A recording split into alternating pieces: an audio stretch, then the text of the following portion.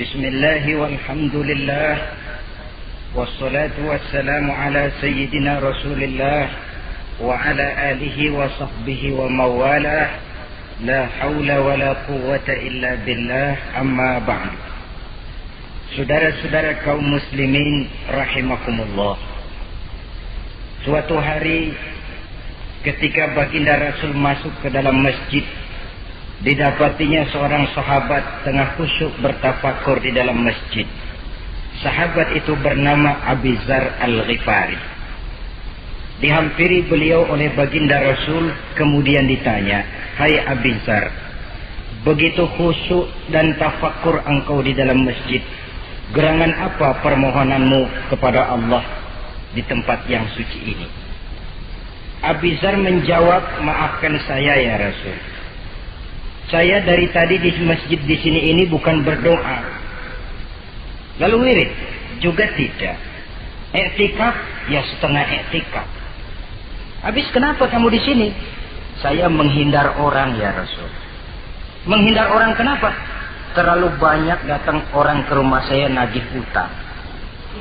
Saya jadi bingung mau pergi kemana. Akhirnya saya pikir tempat yang netral, yang kira-kira orang nggak datang nagih, ya ke masjid di sini. Maka saya lalu ngetem di sini. Model ke masjid bukannya wirid, zikir, takut diuber-uber utang."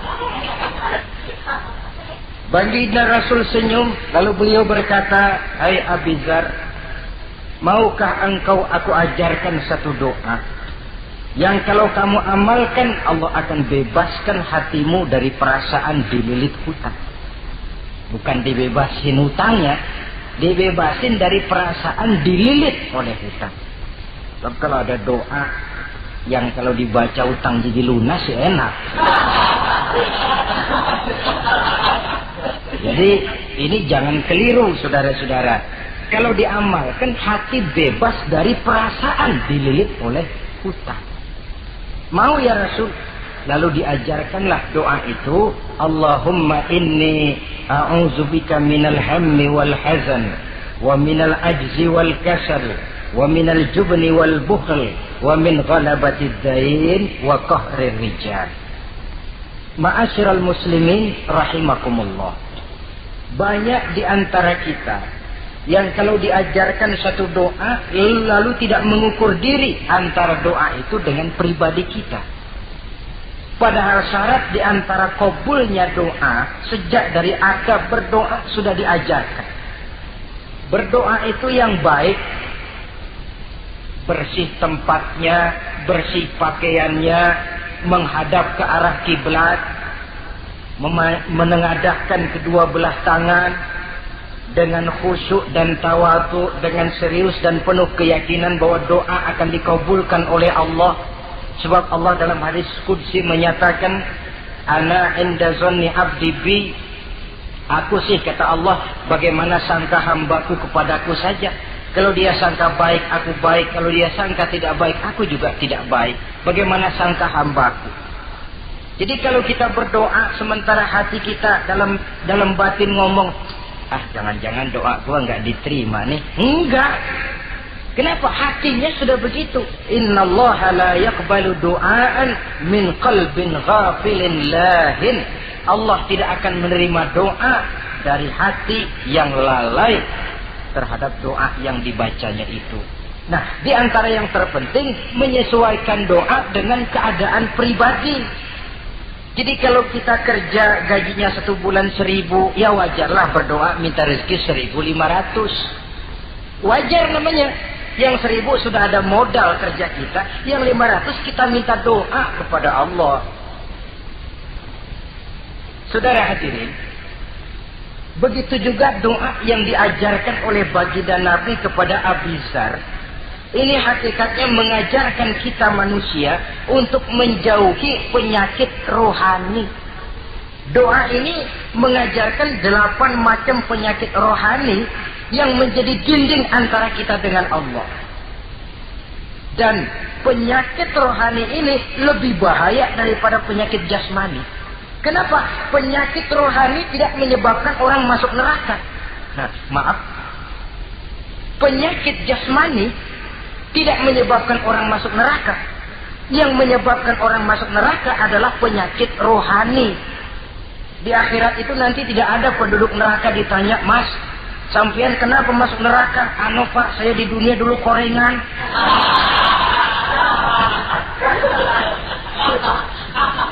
Itu korengan, liver, ginjal, darah tinggi, jantung, paru-paru basah, bengek, ampeg. Penyakit-penyakit jasmani itu tidak menyebabkan orang masuk neraka. Yang menyebabkan orang masuk neraka penyakit rohani. Apa namanya? Sombong, hasud, dengki, ujub, ria, merasa diri lebih hebat dari yang lain, tidak ikhlas. Itu penyakit-penyakit rohani.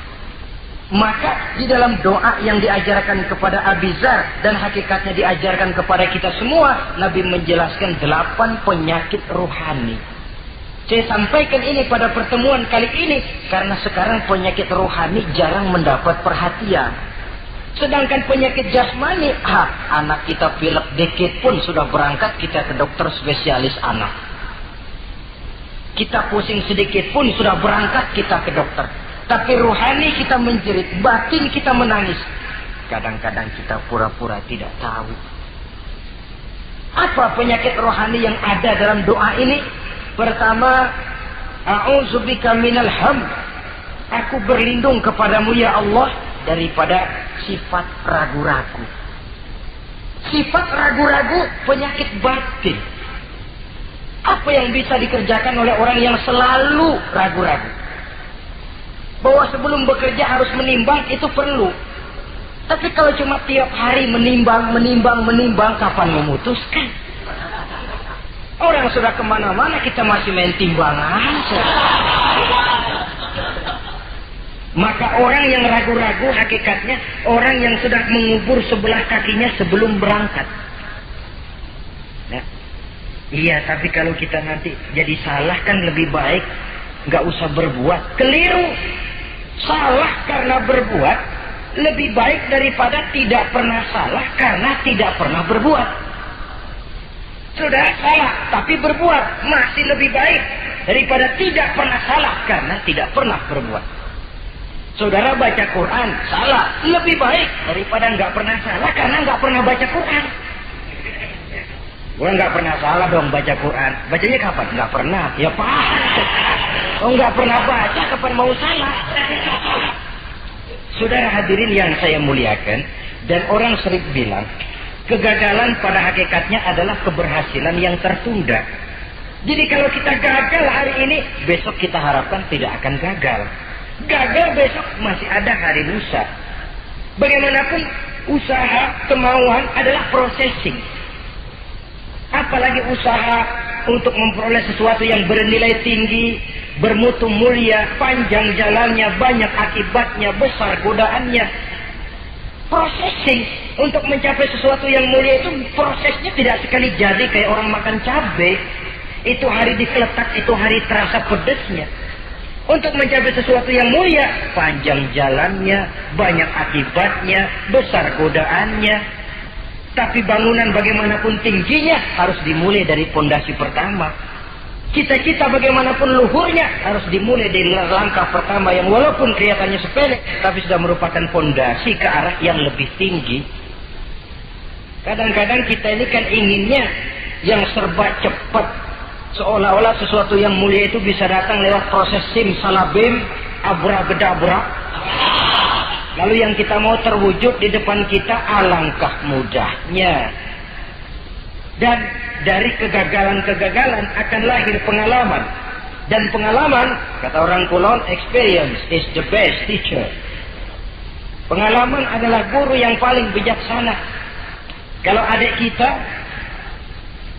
jalan di tempat licin, jatuh, besok dia lewat situ lagi, gak usah dipesan juga dia pasti hati-hati. Kenapa? Pengalaman. Kemarin gue lihat sini jatuh, sekarang harus hati-hati. Tapi kalau belum pernah jatuh, kita omelin kadang-kadang ngotot. Khawatir banget, sebelum juga jatuh, ngomel melulu gitu ya. Tapi satu kali dia jatuh, dia sendiri akan hati-hati. Begitu kegagalan yang kita temukan dalam hidup merupakan nasihat bahwa seorang muslim tidak mungkin jatuh di tempat yang sama 2 kali berturut-turut. Kemarin lewat di situ jatuh lagi, sekarang lewat di situ lagi jatuh lagi, emang goblok dah. Bisa jatuh 2 kali di tempat yang sama kan namanya tidak mengambil pelajaran dari apa yang sudah dia temui. Jadi saudara hadirin, terutama adik-adik remaja, masa depan kalian itu merupakan harapan dari semuanya. Kami yang tua terlalu banyak berharap dari kalian. Sementara hari depan kalian lihat sendirilah. Persaingan hidup makin tajam. Tensi ekonomi makin tinggi. Jumlah angkatan tenaga kerja yang masuk tidak jauh dari seimbang dengan lapangan kerja yang bisa disiapkan.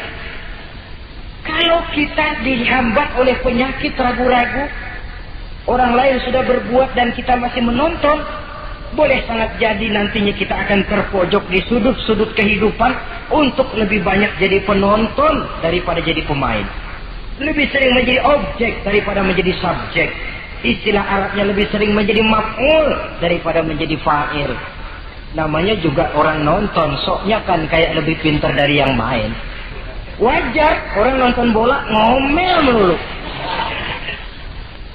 Itu Maradona tolol. Maradona ditololin. Ajak sederajat goblok, ajak digoblokin. Kalau sudah dia disuruh main ke lapangan, gempor dia nggak bisa nendang. Namanya penonton, dan wajar saja penonton juga kalau nggak surat nggak rame tuh lapangan. Saudara hadirin yang saya muliakan, maka keraguan-raguan akan jadi penyakit yang menghalangi orang pada saat dia harusnya sudah berbuat, dia malah berpangku tangan. Akhirnya dia akan jadi orang yang ketinggalan kereta. Sementara hidup tidak berjalan mundur ke belakang dan tidak juga berhenti. Tidak ada kata berhenti atau kata mundur dalam hidup.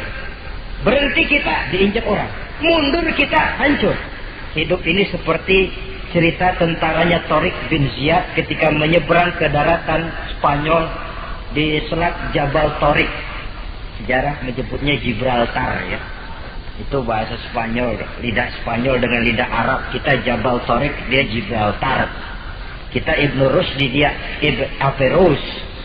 Saudara-saudara, ketika pasukan sudah menyeberang ke daratan, seluruh kapal-kapal ini dibakar oleh Tariq bin Ziyad. Beliau sadar menghadapi tentara yang jumlahnya lebih banyak dari tentaranya sendiri. Maka seluruh kapal dibakar, lalu beliau pidato di depan tentaranya. Ayuhan nas, ainal mafar, al-bahru min waraikum, wal atu amamakum. Saudara-saudara, sekarang mau lari kemana? Kita tidak punya pilihan lain. Di belakang laut, di depan musuh. Mau pulang, kapal sudah saya bakar semua. Ini termasuk menghilangkan keraguan bala tentaranya.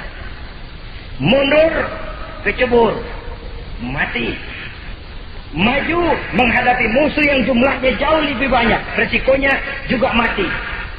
Namun mati maju, mati syahid. Mati mundur, kecebur, mati konyol. Pilih. Ya tentu tidak ada pilihan lain. Menghilangkan keraguan di kalangan tentaranya. Juga menghadapi kehidupan ini. Menimbang adalah perlu, tapi berbuat lebih perlu lagi. Jangan takut salah, karena salah berbuat lebih baik daripada tidak pernah salah, karena tidak pernah berbuat. Kesalahan pada akhirnya akan mendidik kita untuk tidak salah lagi pada masa-masa yang akan datang. Ini penyakit pertama. Penyakit yang kedua, al-hazan. Penyakit duka cita. Manusia itu ehoknya terlalu besar. Kalau dia kehilangan sesuatu yang dia tidak senangi, atau menemukan sesuatu yang tidak dia harapkan, dia bersedih. Kesedihan itu timbul sebenarnya karena ehoknya. Bapaknya meninggal, dia sedih. Sebenarnya kesedihannya bukan karena matinya bapaknya, tapi kesedihannya karena dia tidak punya orang tua lagi. Dianya itu yang dia tangisi, akunya. Perkara bapaknya mati sih, memang semua yang hidup mesti mati. Tapi dia nggak punya bapak, itu yang lebih dia sedih. Akunya ini. Ehoknya manusia itu. Seorang perempuan yang ditinggal mati oleh suaminya, dia menangis. Bukan karena suaminya yang mati, tapi karena dirinya tidak bersuami. Dirinya yang lebih banyak dia tangisi. Ehonya itu yang lebih banyak bicara.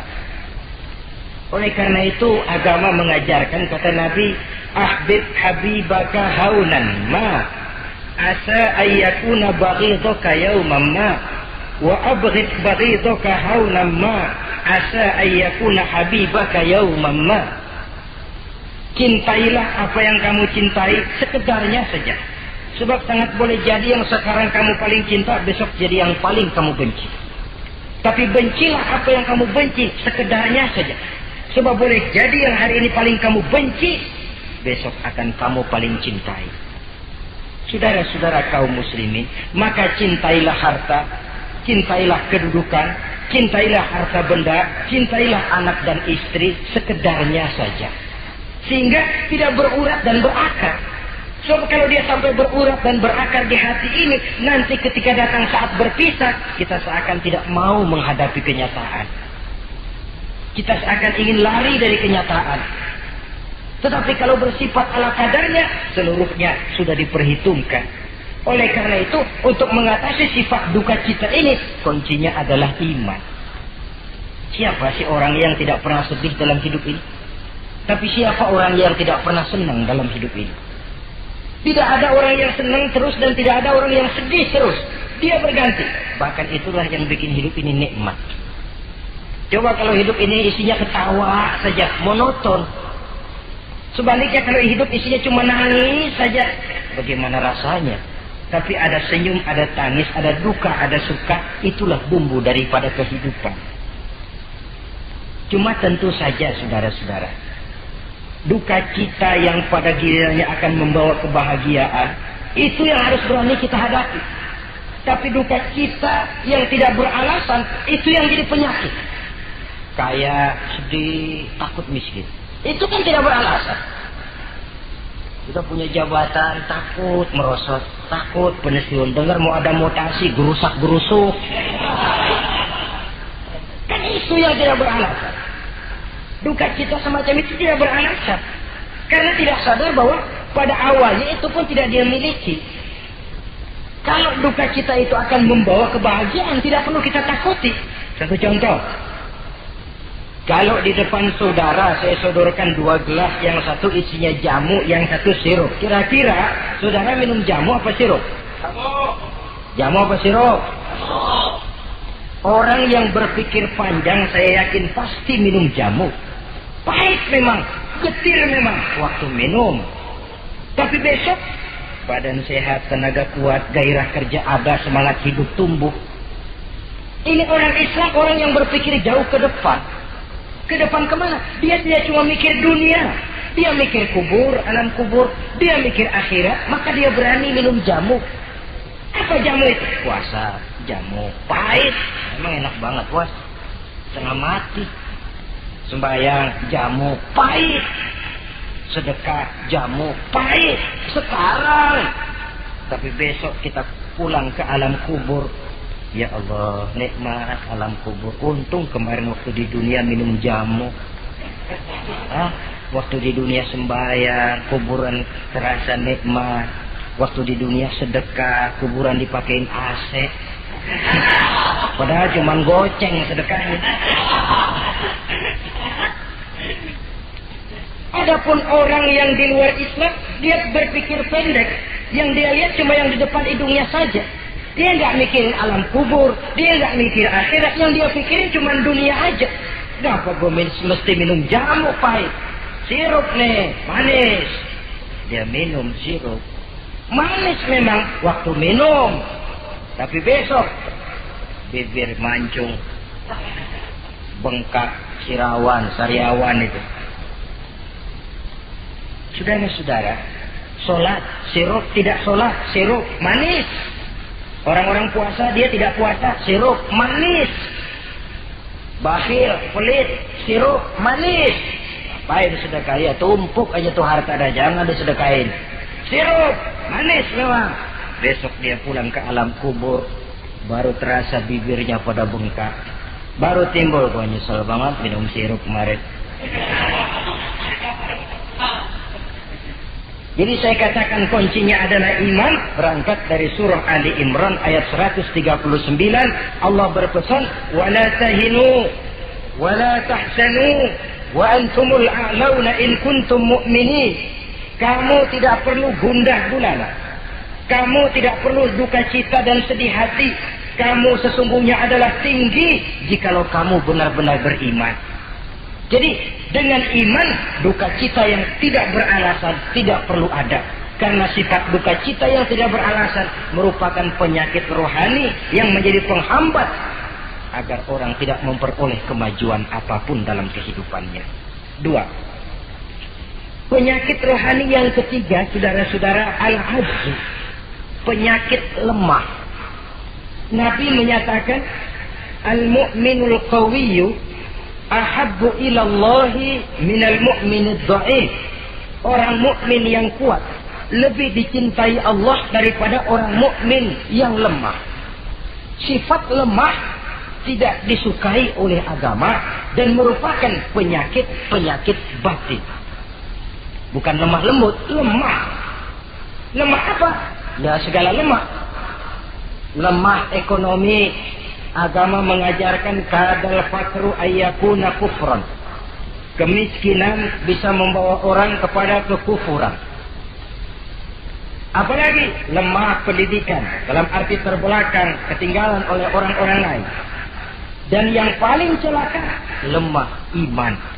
Saudara-saudara hadirin yang saya muliakan, imannya lemah. Tidak punya ghirah, tidak punya rasa cemburu terhadap agamanya. Kalau anak gadisnya diusik orang, marahnya 7 lapis langit. Kalau keluarganya diusik orang, bukan main. Ngundang orang lain, menyerbu. Itu orang yang coba-coba ngusik. Tapi agamanya dihina orang. Agamanya diinjak-injak orang. Sedikit pun dia tidak punya rasa cemburu. Sedikit pun tidak ada rasa sedih. Agama saya ini mau dibawa kemana? Islam ini mau dikubur kemana? Lemah iman semacam itu yang kita rasakan sekarang. Sekarang ini orang marah kalau hartanya diusik. Orang marah kalau anak istrinya diusik. Orang marah kalau temannya diganggu. Tapi giliran agamanya diganggu, agamanya diusik, agamanya dihina. Tenang-tenang saja, Pak. Tidak ada itu gairah. Tidak ada itu rasa cemburu terhadap agama. Kaum muslimin yang saya muliakan. Lemah iman semacam ini yang sangat membahayakan untuk kelangsungan kehidupan beragama. Di zaman Khalifah Umar bin Abdul Aziz, dalam satu pertempuran melawan orang-orang kafir, tentaranya mengalami kekalahan. Karena kalah, banyak yang ditahan jadi tawanan orang kafir, termasuk 3 orang ofisir setingkat komandan dan beberapa puluh prajurit ditahan di negara kafir ini. Terhadap tahanan-tahanan Islam ini, Raja Kafir musyawarah sama para menterinya, terutama Perdana Menteri. Tuan Perdana Menteri, kata Raja Kafir, bagaimana? Ini tahanan-tahanan Islam yang enak kita apain? Ya terserah Tuan Raja. Kita bunuh saja supaya habis urusan. Ya terserah Tuan Raja. Tapi saya pikir-pikir, soal bunuh sih gampang. Cuma apa tidak lebih baik kalau mereka kita bujuk saja supaya ikut ke dalam agama kita, meninggalkan Islam agamanya, meninggalkan Khalifah Umar bin Abdul Aziz sebagai pemimpinnya. Itu namanya kita sudah berprinsip senjata makan tuan. Nanti kita pasang mereka untuk menghantam orang Islam sendiri. Pikir aja betul juga Perdana Menteri. Iya, bujuk saja mereka. Caranya bagaimana? Adili saja di pengadilan secara terbuka. Supaya jatuh mentalnya, dia mau keluar dari Islam, ikut ke dalam agama kita. Baik. Diadili secara terbuka. Yang adilin langsung Raja Kafir. Dihadiri oleh banyak tentara-tentara kafir. Yang mula-mula diadilin 3 orang komandan ini. Ofisir pertama, maju ke depan. Maju. Komandan pertama. Ofisir, saya Tuan Raja. Kamu tahu siapa kamu sekarang? Saya tahu, saya tahanan. Iya, soal tahanan bisa diatur kan? Bisa diatur bagaimana Tuan Raja? Kamu mau nggak ikut saya? Meninggalkan Islam sebagai agamamu, meninggalkan Khalifah Umar bin Abdul Aziz sebagai pemimpinmu. Kalau kamu mau opsir, pindah agama saya, nanti kamu akan saya berikan kedudukan yang tinggi, gaji yang cukup, rumah cukup, istri cukup, kendaraan cukup. Pindah saja opsir. Tuan Raja, bagaimana? Apa Tuan kira selama ini saya berjuang karena mencari kedudukan, mencari harta, mencari tanda jasa? Tidak, Tuan Raja. Saya berjuang di bawah bendera Khalifah Umar.